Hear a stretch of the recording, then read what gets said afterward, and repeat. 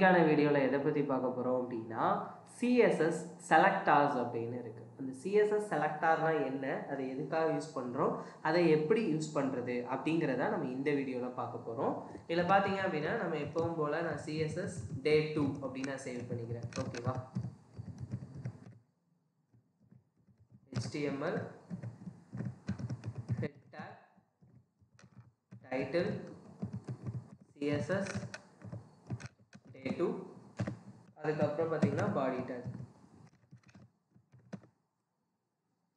பாடி டேக்ல இப்போ நான் என்ன பண்ணுறேன் அப்படின்னா ஜஸ்ட்டு ஒரு பேராகிராஃப் எடுத்து வெல்கம் டு க்ரிடோ சிஸ்டம் அப்படிங்கிற கண்டென்ட்டை நான் டைப் பண்ணிக்கிறேன். ஓகேவா, வெல்கம் டு க்ரிடோ சிஸ்டம்ஸ் அப்படின்னு சொல்லி டைப் பண்ணிக்கிறேன். இப்போ நம்ம இதை இந்த இடத்த காப்பி பாத் பண்ணி க்ரோமில் போய் ரன் பண்ணி பாருங்கள். ஜஸ்ட் நமக்கு ஒரு பேராகிராஃப் டிஸ்பிளே ஆகும். இது நம்ம ஆல்ரெடி படிச்சிருக்கோம் கரெக்டாக. இப்போ அதே இது இப்போ செலக்டார்ஸ் அப்படின்னு வரும்போது இதில் மெயினாக 5 டைப் ஆஃப் செலக்டார்ஸ் இருக்குது. அந்த 5 டைப்ஸ் ஆஃப் செலக்டார்ஸ் என்னலாம் அப்படின்னு பார்த்தீங்கன்னா, first one is universal selector. Universal selector அப்படிங்கிறதோட சிம்பிள் பார்த்தீங்க அப்படின்னா ஸ்டார் சிம்பிள் அப்படின்னு இருக்கும். ஓகேவா, யூனிவர்சல் செலக்டர் அப்படிங்கிறது வந்து ஸ்டார் சிம்பிளை மென்ஷன் பண்ணும். அதுக்கு அடுத்து பார்த்தீங்க அப்படின்னா கிளாஸ் செலக்டர் அப்படின்னு ஒன்று இருக்குது. கிளாஸ் செலக்டர் அப்படின்னு சொல்லும்போது அதை நம்ம டாட் அப்படிங்கிற பாயிண்ட்ல ரெப்ரசன்ட் பண்ணுவோம்.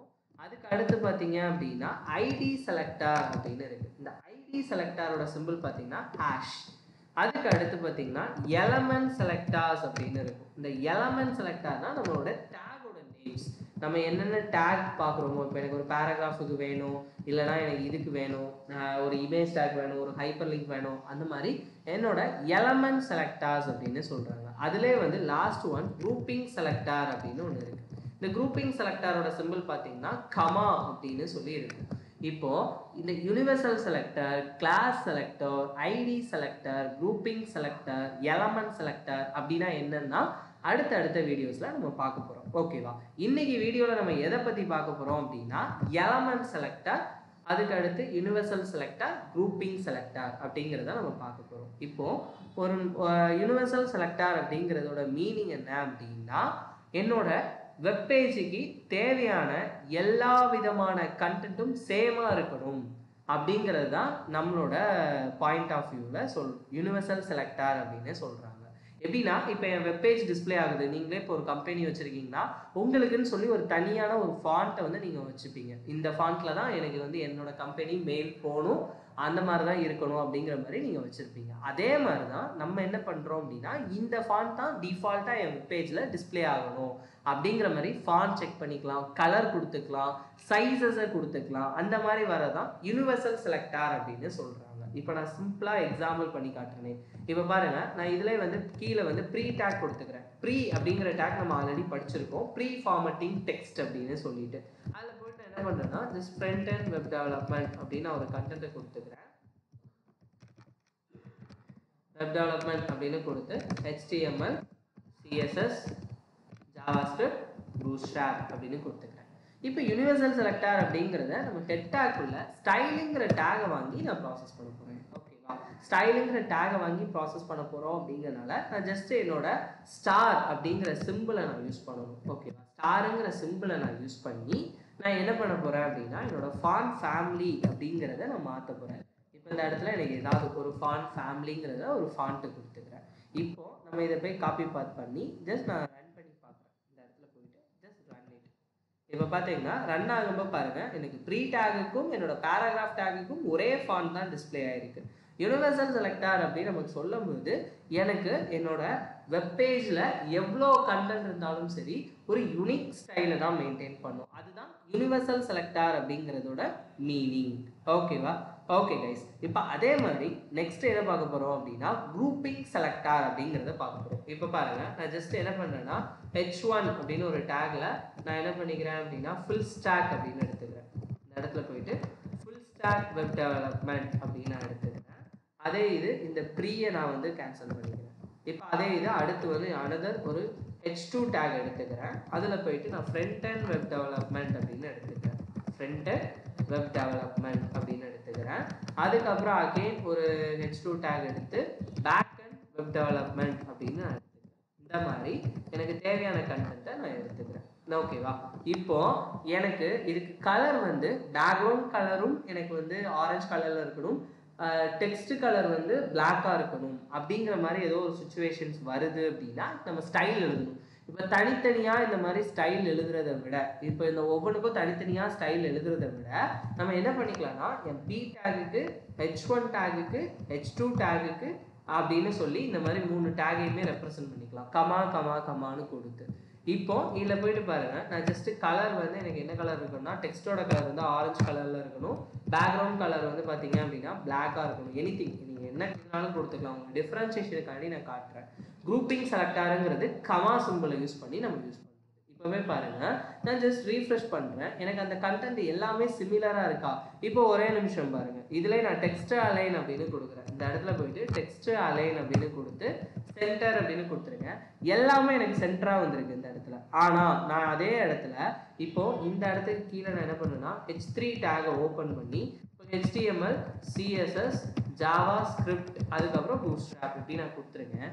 ஆனா இப்போ பாருங்க, எனக்கு அந்த இந்த கண்டென்ட்டுக்கு எந்த ஒரு ஸ்டைலுமே பெர்ஃபார்ம் ஆகலை. ஏன்னா நான் என்ன பண்ணியிருக்கேன், H3 அப்படிங்கிறதுக்கு எந்த ஒரு ஸ்டைலும் ஸ்பெசிஃபை பண்ணல. அப்படின்னா இந்த இடத்துல போயிட்டு H3க்கும் சேம் ஒரே கலர் ஒரே கண்டென்ட்டாக இருக்கட்டும் அப்படின்னு சொல்லி இப்போ பண்ணனா அதே மாதிரி அவுட்புட் கிடைச்சிரும். இதுதான் யூனிவர்சல் செலக்டார் அண்ட் குரூப்பிங் செலக்டாரோட மீனிங். இப்போ அதே இடத்துல எலமெண்ட் செலக்டார் அப்படின்னா, இப்போ எனக்கு ஸ்பெசிஃபிக்காக எனக்கு இந்த பேராகிராஃபோட ஃபாண்ட் சைஸை மட்டும் அதிகமாக்கணும் அப்படின்னா, பேராகிராஃப் டேகை மட்டும் செலக்ட் பண்ணிட்டு ஃபாண்ட் சைஸ் அப்படிங்கிறத நான் கொடுத்து XX large அப்படின்னு கொடுத்துக்கிறேன். அப்படின்னா ஸ்பெசிஃபிக்காக என்னோட பேராகிராஃப் எலமெண்ட்டை நான் செலக்ட் பண்ணி அதோட ஃபாண்ட் சைஸை நான் பெருசாக்கியிருக்கேன். இப்போவே இதை ரீஃப்ரெஷ் பண்ணி பாருங்க, இருக்கிறதுலே கொஞ்சம் பெருசாக இருக்கா? முன்னாடி இருந்த பேராகிராஃபுக்கும் இப்போ கொஞ்சம் பெருசாக இருக்கு. இல்லை நீங்களே சைஸ் கூட அலைன் பண்ணிக்கலாம். இப்போ இந்த இடத்துல போனீங்கன்னா 200 பிக்சல் அப்படின்னு நான் கொடுக்குறேன். இப்போ இந்த இடத்துல போயிட்டு இதவே பாருங்க, இருக்கிறதுலே பெருசாக இருக்கு. இப்போ இல்லை எனக்கு அதை வந்து கொஞ்சம் கம்மி பண்ணணும் அப்படின்னு நினச்சிங்கன்னா, இந்த இடத்துல இன்ஸ்பெக்ட் அப்படின்னு நீங்கள் ஓப்பன் பண்ணி இந்த கர்சரை எடுத்துட்டு உங்களுக்கு வேணுங்கிற பாயிண்ட்ல நீங்கள் குறைக்கலாம். உங்களுக்கு எந்த பாயிண்ட்ல அந்த கர்சர் இருந்தால் உங்களுக்கு ஓகேவா இருக்கும் அப்படிங்கிற மாதிரி. இப்போ 65 அப்படின்னு நான் கொடுக்குறேன். இந்த இடத்துல போயிட்டு 65 பிக்சல் சைஸில் எனக்கு அது பெருசாக இருக்கட்டும் அப்படின்னு சொல்கிறேன். இப்போவே பாருங்க, என்னோட பேராகிராஃப் இருக்கிறதுலே பெருசாக எனக்கு டிஸ்பிளே ஆகிருக்கு. இந்த மாதிரி வரக்கூடியது தான் எலமெண்ட் செலக்டர்ஸ் அப்படின்னு சொல்கிறாங்க. ஸ்பெசிஃபிக்காக டேகை மட்டும் ப்ராசஸ் பண்ணுறது. ஓகேவா? இப்போ இந்த வீடியோவில் நம்ம எதை பற்றி பார்த்துருக்கோம் அப்படிங்கிறத நான் ஒரு ஓவர் வியூவாக சொல்கிறேன். ஃபஸ்ட்டு செலக்டர்ஸ் அப்படிங்கிறத பார்த்துருக்கோம். செலக்டர்ஸ் அப்படிங்கும்போது அதில் 5 டைப்ஸ் ஆஃப் செலக்டர்ஸ் இருக்குது. ஒன்று யூனிவர்சல் செலக்டர், அதுக்கப்புறம் grouping selector, element selector, class selector, ID selector, 5 இருக்குது. அதில் யூனிவர்சல் செலக்டர் அப்படின்னா அந்த வெப்பேஜில் இருக்கக்கூடிய எல்லா விதமான கண்டென்ட்டுக்குமே சேம் ஒரே கோடிங் டிஸ்பிளே ஆகும். இப்போ ஒரே ஸ்டைல் டிஸ்பிளே ஆகும். அதுதான் யூனிவர்சல் செலக்டர் அப்படின்னு சொல்கிறாங்க. குரூப்பிங் செலக்டர் அப்படின்னு வரும்போது இப்போ ஸ்பெசிஃபிக்காக நான் சொல்கிறேன், இப்போ வந்து என்னோட H1ல இருந்து H6 வரை இருக்குது. ஏன்னா எல்லாத்துக்குமே கலர் சிமிலராக இருக்கணும், பேக்ரவுண்ட் கலர் சிமிலராக இருக்கணும். அப்படின்னா நம்ம வந்து தனித்தனியாக H1க்கு போயிட்டு கலர் பேக்ரவுண்ட் கலர், H2க்கு போயிட்டு கலர் பேக்ரவுண்ட் கலர், H3க்கு போயிட்டு கலர் பேக்ரவுண்ட் கலர், இப்படி நம்ம தனித்தனியாக டிஃபைன் பண்ணுறதை விட grouping selector comma comma comma அப்படிங்கிறத யூஸ் பண்ணி நம்ம எனக்கு எவ்வளோ டேகுக்கு வேணுமோ நம்ம அந்த மாதிரி குரூப்பிங் செலக்டர்ஸ் பண்ணிக்கலாம்.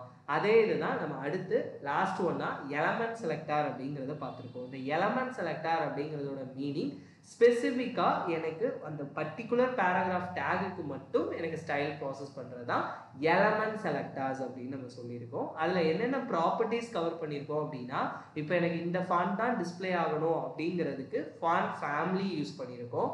கலர் அப்படிங்கிறது டெக்ஸ்ட் கலரை ப்ராசஸ் பண்ணுறதுக்காக, பேக்ரவுண்ட் கலர் அப்படிங்கிறது என்னோட டெக்ஸ்ட்டுக்கு பேக்ரவுண்ட் கலராக செட் பண்ணுறேன். அலைன்மெண்ட் டெக்ஸ்ட் அலைன் அப்படிங்கிறதுல வந்து அது ஜஸ்டிஃபிகேஷன், சென்டர், லெஃப்ட், ரைட், இந்த மாதிரி ப்ராப்பர்ட்டிஸ் இருக்கும். அது டெக்ஸ்ட் அப்படிங்கிற வீடியோவில் நம்ம அதை இன்டெப்த்தாக பார்க்கலாம். ஃபாண்ட் சைஸ் அப்படிங்கும்போதும் நமக்கு நிறையா இருக்குது. இப்போ என்னோட சைஸ் வந்து மினிமமாக இருக்கணுமா, மீடியமாக இருக்கணுமா, லார்ஜஸ்டாக இருக்கணுமா, எந்த மாதிரி என்னோட ஃபாண்ட் சைஸ் டிஸ்பிளே ஆகணும் அப்படிங்கிறத நம்ம இந்த ஃபாண்ட் சைஸ் அப்படிங்கிற ப்ராப்பர்ட்டியை யூஸ் பண்ணி பார்க்க போகிறோம். இதே மாதிரி அடுத்த வீடியோவில் class selector and ID selector அப்படின்னா என்ன அப்படிங்கிறத பார்க்கலாம். இதே மாதிரி யூஸ்ஃபுல்லான வீடியோஸ் வேணும் அப்படின்னா கிரிடோ சிஸ்டம் சேனலை லைக் பண்ணுங்கள், ஷேர் பண்ணுங்கள், சப்ஸ்கிரைப் பண்ணுங்கள். Thank you guys.